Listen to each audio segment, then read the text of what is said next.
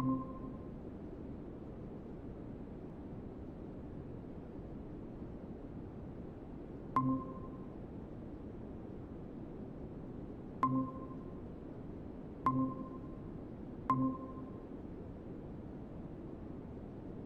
morning to everyone who are present in this meeting. Before we begin, can Ms. Secretary make sure that everyone is present at this meeting? Yes, Miss Diesta, Sir Capunitan, Sir Manimog, Sir Makasinan, and Sir Martinez. Good day to everyone. I'm Marky Capunitan. I am the representative of my fellow employees. It is nice to meet everyone here in this meeting. I will try to assist you in any way that I can to the best of my abilities. Thank you for having me here.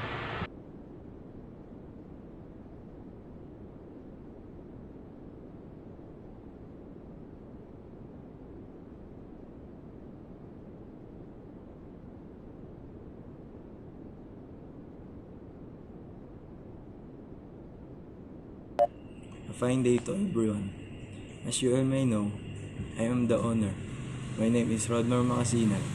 It gladdens me to see that everyone is present in this meeting. I hope that can help each other. Let us communicate each other and cooperate with each other in the best way we can.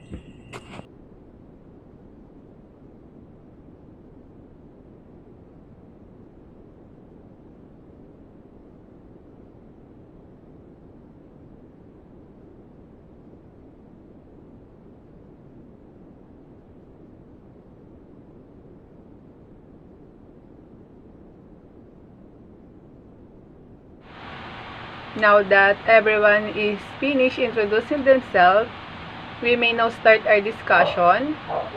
Ms. Secretary, if you call. Thank you for the heads up, dear manager. The following are today's agenda. In order, we start with problem in the restaurant and solution in the problem and other innovations. The discussion is now open.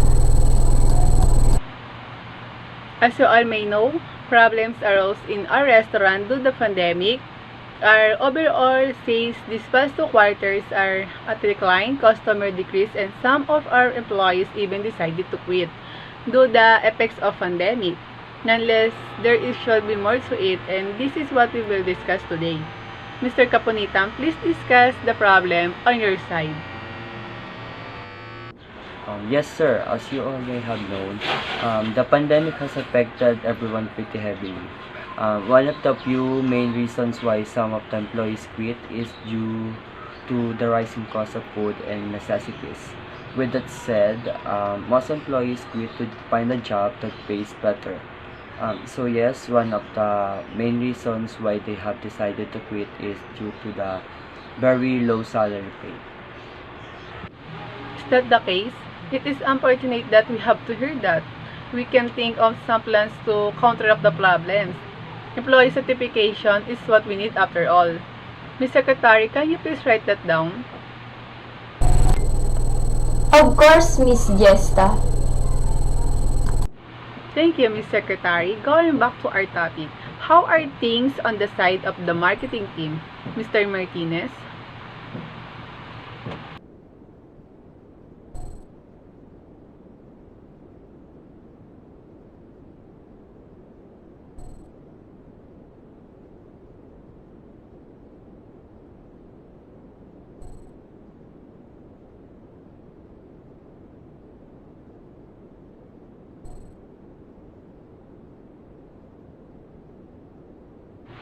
Very well. Ms. Secretary, get that down as well. Note, Miss Diesta. Mr. Finance Rep, how about our sales, finance, and inventor? Any update or information on your part will be greatly appreciated. Yes. Thank you. As stated before, our sales seems to be a decline. Less people are coming to our restaurant, not just because of the pandemic. but also because of our menu. People say that our food items are not that intricate, just like what Mr. Martinez have previously said. Note, Miss Diesta. On the side of our investors, they want to let everyone know that they are still willing to invest. But if we are unable to recover for the next 6 months, they will still reconsider their choices. Our sales decreased by 70% after all. A really major decrease if you were to ask me. We have gone down from an average of 30 customers per hour down to around 9 customers every hour in these last 6 months.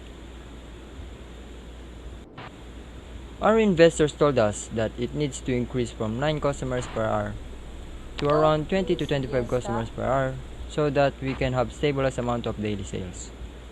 20 is the bare minimum and that 25 is the ideal. That is all.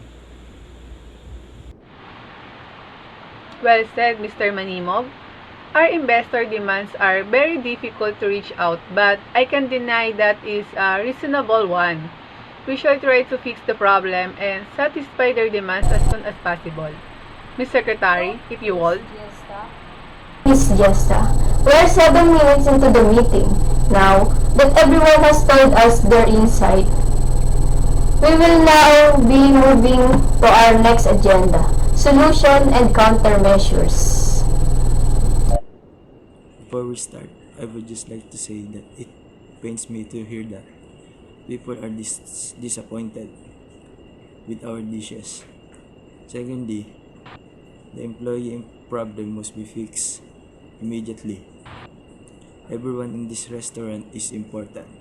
We must prioritize the needs of our employees to ensure that they are happy, working diligently, and is willing to remain in our restaurant. Lastly, I will talk our investor so that they could give us more time after this meeting. Thank you for your kind words, Mr. Rodmar. Mr. Rodmar's words is plausible and realistic. We must try to fix everything as soon as possible. Moving to our next topic. What do you think are the possible countermeasures to our current problems? Let us start with asking Mr. Capunitan for his opinion, ideas, and thoughts. Mr. Capunitan, if you will. Certainly, Miss Jesta, while most of my colleagues have already left due to the rapid increased food prices and unsatisfactory by monthly salary, we only need a small amount of increase. We must their salary from 15,800 per month to around 18,000 per month, or about a 20% increase. The ones instead are still doing their jobs diligently but may quit soon due to the same reasons. I would say that an increase in salary by that amount would surely be satisfactory. If I may, I would also like to say that the salary problem is an okay for me. Although sales are dwindling, customers are decreasing, and our investors are at our necks, our budget can still afford the 20% increase in their salary. Another point is that we can easily regain those sales since I am pretty sure that there will be more useful and helpful suggestions from the marketing team. With all that said, I suggest that we increase their salary by 20% or even more. It is a realistic request. They have been around for some time now, and I can honestly say that they really do need some increase in pay. We shall increase their pay by 30%. Any thoughts from your side, Mr. Rodmar? None at all. I also think that they deserve the pay increase. That is good to hear. Ms. Secretary, please write this down as a decision. Will do, Miss Diesta. 10 minutes have passed. Shall we move to the customer and sales issue? Any ideas from your team, Mr. Martinez? Any ideas will be greatly appreciated since we are desperate. Yes. I suggest that we talk to our chef and approve his request to increase our food menu. It is said that our food is not that intricate and is too common. What we need is variety. Note, Variety Miss such as Diesta. cuisines from different countries and cultures, dishes from Indian origin, Italian cuisine, and some East Asian selections would really do us good and would up our status and level in the local restaurant market.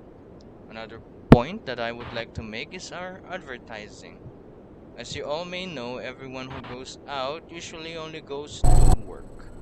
That said, Note, Miss I would like Diesta. to suggest online advertising on social media platforms like Facebook, Twitter, and TikTok. We could also hire someone who can photograph our food and post it on Instagram in order to garner attention and pique potential customers' interests. Flyers and posters can also be made. They're not that expensive, and we can Note, advertise our Miss restaurant Diesta. in areas where there are a lot of people, like Binyan Bayan, Santa Rosa Bayan, SM Malls, Target Malls, Central Mall, and many more. Hopefully, everyone finds Be this helpful. helpful. Your suggestion is sound and realistic. There are a lot of points made, and it is a reason, Perry. This is a good plan. We shall do it. What do you think, Mr. Martinez? And what are your thoughts as well, Mr. Finance Rep? This is indeed a plausible and realistic suggestion. I do not see anything flaws in it. I think we should go along with it. The finance department should have no problem with the flyers. The advertisements may be a little expensive, but considering that everything is online now, we should be Note, able to Miss regain the money Diesta. used on expenses real fast. That is good to hear. Ms. Secretary, please write this down as a decision. Certainly, 30 minutes have passed. Since then, we will now be hearing Mr. Finance representative sides. Although I don't have anything to add, I can say that I can accompany Mr. Radmar on his talks with the investors. I assume that my counsel will be needed on their meeting. Based on my predictions, we can expect a 60% increase on current overall sales. Considering how confident everyone seems to be on Mr. Martinez and Mr. Capunitan's suggestions, we also expect an increase on customers, restaurant visibility, employee diligence, and many more. If things really did go well, we should be able to return what we want before we reach the minimum of 6 months patience of our investors. That is all. Thank you for everyone's understanding. Miss Diesta. That marks the end of our discussion. Any thoughts from everyone? And by the way, we are at the 13 minutes mark. I appreciate that everyone seems to be cooperative and willing to communicate. I express my gratitude for Mr. Rodmer and Ms. Diesta for considering and understanding my colleagues' pains. It will definitely be good news and relieving for them. It will definitely increase their productivity. Unfortunately, Mr. Rodmar will now be talking to the investors since they seem to have a tight schedule today. I would like to thank everyone for participating and providing us with a good suggestion. I would like to thank everyone in this meeting for their cooperation. It feels good to have you guys.